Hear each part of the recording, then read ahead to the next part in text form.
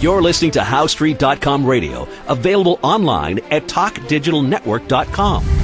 Welcome to HowStreet.com radio, the online source for market opinions. Here is Jim Goddard. My guest is market historian Bob Hoye. He's the chief investment strategist for Institutional Advisors. Bob, welcome to the show. Good to be with you, Jim. A rapidly changing economic series. What does that mean? We get to play in October? Well, our work, we don't follow all of these economic numbers like unemployment, which is one of the most bogus and fixed numbers in history, or housing starts, or PMI managers, all these sort of things. But what seems to be happening in the last few months is that, like the Consumer Confidence Index came out, and that was, and it was expected to be, the previous amount was sort of like 102, and the consensus estimate was like 101, and it came in at 95.5. So all of a sudden, consumer confidence disappeared. And then you've got other numbers, and I can't remember the number. Then this morning you read that in Japan, the other day, Moody's and Fitch both downgraded their debt rating on that their fiscal sobriety had gone out the window. And then with that, I saw a report where their retail sales dropped 9% on a year-over-year basis. So it's not just in the U.S. At various places in the world, when you see certain economic series and all of a sudden they downtick quite sharply, well, then it gets your notice. Now, didn't Japan, though, have a major rise in the sales tax? Because I know before the sales tax went in, they had a huge flurry of economic activity of people buying cars and fridges. There was a real bulge there, and then, of course, this is like anything arbitrary. It's like they sort of think you can kick-start something or give it a shove and the whole economy will change directions. Well, that's like trying to kick-start a 747 jet airplane. I mean, you just don't do it. So anyways, what makes this interesting is that in, say, the 40s, 50s, and 60s, and into the 70s, well, even further, the relationship between stock market cycles and the cycle for business activity was pretty straightforward. The stock market led the business cycle. So you'd have say an important high for the stock market, and then the stock market would start to check back, decline, get into a decline. At the same time, as every month, you had good economic numbers coming out because the economy would then peak 10 to 12 months later. But when you get into a real bubble, classic financial blow-off like 2007 was, then you get into what has happened at the end of previous great bubbles, like in 1929 in the U.S. and 1873, where you do have the National Bureau of Economic Research with their determination of the business cycle. And what you find is in 1929, the stock market peaked in September. The business cycle peaked in that August. Then going back to the previous one, 1873, the stock market in the U.S. peaked in that September. And by the same NBER, they determined that recession then started in that October, very close. So this is what we used in 2007, that when that stock market peaked, it would be very close to the peak in the economy. So the peak in the stock market was October, and the economy peaked in that December. And then also you figure, okay, maybe in the world of financial manias, even in the crash, it might work. So the low in the stock market was March 2009, and the economy was determined to pick up in June, so pretty close. So here we are now. The stock market has been making highs. I think it's on as we've been saying, on a seasonal move that could peak sometime in May. But you've got these economic numbers softer coming in, and in some cases surprising people, where the economists who follow those numbers didn't even get the direction right. They were still for pluses, and they ended up with minuses. So this seems to be confirming our idea that when the stock market does make its high and roll over, that it would be in context of a weakening economy at the same time. So it looks like the two things are trying to happen together, and in which case it means we're still in a post-bubble contraction, and there's nothing that the policymakers can do about it. Well, Bob, I think one of the big factors in this is in the past, companies would use their profits to go out and expand, build new plants, find new customers, hire more staff. But right now, all they do with their profits is buy back their own stock because it boosts the salary of the CEO, but doesn't do anything to increase the value of the company. They're not creating jobs. They're not building more widgets. They're just buying back stock. That's right. And what they're doing is, with this bizarre low interest rate policy, it's very cheap to borrow money. So they're borrowing money in order to buy back stock at very high multiples, and also to pay dividends. It's all to keep the stocks going. So this is an example of collective insanity that is remarkable, and it's going to be fun to watch how it all works out, because the assumption is, of course, for unthinking people, is that the excitement of a bubble mania will go on forever. I mean, that's a given, and certainly I've been there myself at various times when you think, oh boy, this is going to go on forever. And then those who think and worry about the markets and say maybe the valuations are high, but then it's always, oh yeah, but it'll be sometime in the future when this wonderful life ends. And so we used the seasonal stuff. For last October, the stock market was declining. It might have broken then, but it didn't. We got our up,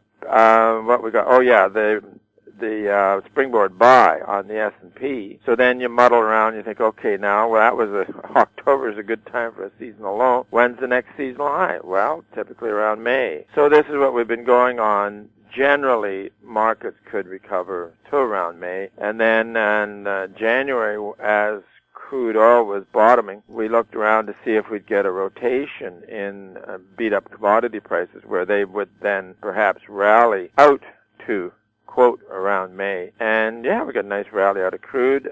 Base metals are still going up. Grains rallied moderately and then have rolled over. And then a couple of weeks ago, they got hit with certain growing regions getting some precipitation finally. And then I just noticed this morning that the grains are at new lows for the move. So that bear market started in 2011. But we've got favorable seasonal on crude oil. We got favorable seasonal on base metals, so they're still up. But they're approaching, that move's been good. And same with the mining, base metal mining stocks. They've been doing okay as well. But we think that this is reaching the time when whatever joy was around would be maximized, and we're looking for some reason to exit the trade. So, but as I say, very concerning how quickly commodities can give up in this environment, and yet you have the mantra of the gold bugs and hard asset folks saying that the Fed's reckless, is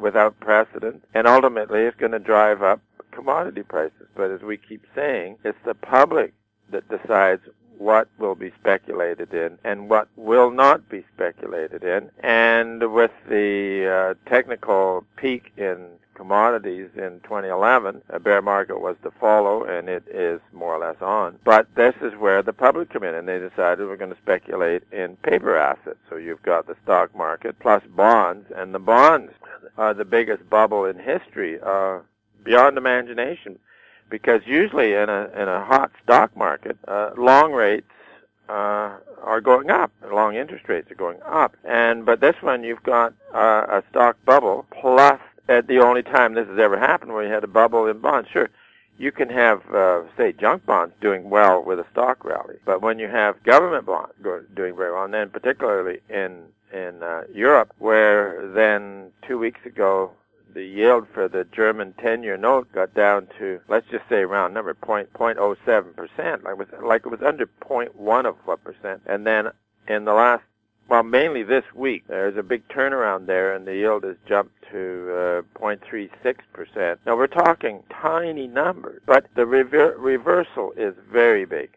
very huge. So who knows? I wrote yesterday, maybe this could be similar to when the great speculator George Soros was short sterling in 1992. He took on the Bank of England, and they were, of course, defending it, and they won. So now if you get a number of very, very large traders deciding that, if you're short a bond at 0.1% of interest, it's not that much carry on. You don't owe the other side that much interest on the short position.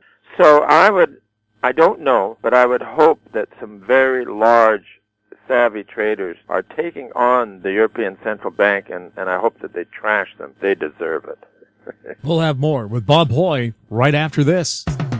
More and more people are looking to the internet for intelligent, riveting, and thought-provoking interviews. To advertise on the Goddard Report and TalkDigitalNetwork.com, call 604-699-8600, 604-699-8600. Welcome back. We're speaking with market historian Bob Hoye. Bob, before the break, you're saying we should trash the Central European Bank. Why do they deserve to be trashed? Well, they have arbitrary ideas about the way unemployment should go and GDP and business and all that sort of stuff. And using the Federal Reserve as the example, the promoters of the Federal Reserve back in the early 1900s said that the Fed there being a lender of last resort. So the reason about that was they noticed that when you have a financial setback, credit markets, and you got a bit of a problem, you're always followed by a recession. So their theory was that, a lender of last resort prevent anything from going wrong,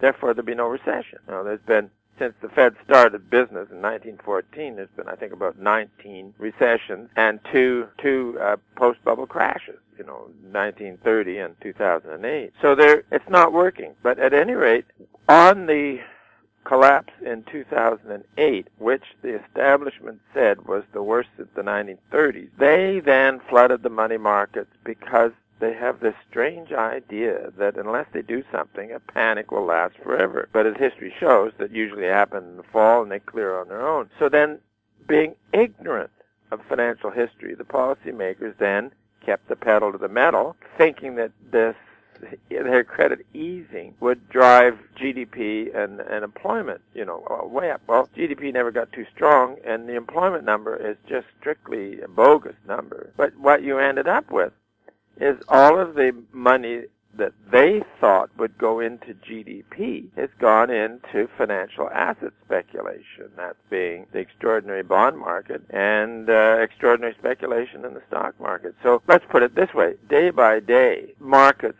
are pointing out that the ambitions of policymakers can be futile at this time. So here we are. It's the market that they've eased enormously because they've had a speculator in stocks and bonds. Without that speculator, it shuts the window. So anyways, the next few weeks we could see this leg up in stocks and bonds, which have been hit this week.